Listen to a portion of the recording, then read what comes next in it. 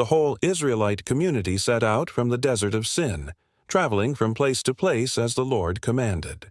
They camped at Rephidim, but there was no water for the people to drink. So they quarreled with Moses and said, "Give us water to drink." Moses replied, "Why do you quarrel with me? Why do you put the Lord to the test?" But the people were thirsty for water there, and they grumbled against Moses. They said, "Why did you bring us up out of Egypt to make us and our children and livestock die of thirst?"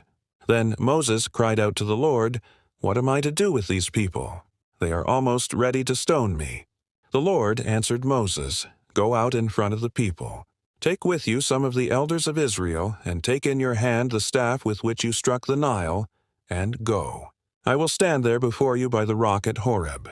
Strike the rock, and water will come out of it for the people to drink." So Moses did this in the sight of the elders of Israel. And he called the place Massah and Meribah, because the Israelites quarreled, and because they tested the Lord, saying, "Is the Lord among us or not?"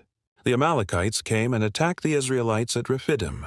Moses said to Joshua, "Choose some of our men and go out to fight the Amalekites. Tomorrow I will stand on top of the hill with the staff of God in my hands." So Joshua fought the Amalekites as Moses had ordered. And Moses, Aaron, and Hur went to the top of the hill. As long as Moses held up his hands, the Israelites were winning. But whenever he lowered his hands, the Amalekites were winning. When Moses' hands grew tired, they took a stone and put it under him, and he sat on it.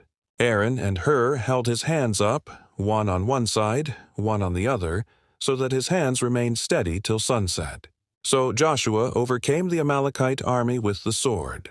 Then the Lord said to Moses, "Write this on a scroll as something to be remembered, and make sure that Joshua hears it, because I will completely blot out the name of Amalek from under heaven." Moses built an altar and called it, "The Lord is my banner." He said, "Because hands were lifted up against the throne of the Lord will be at war against the Amalekites from generation to generation."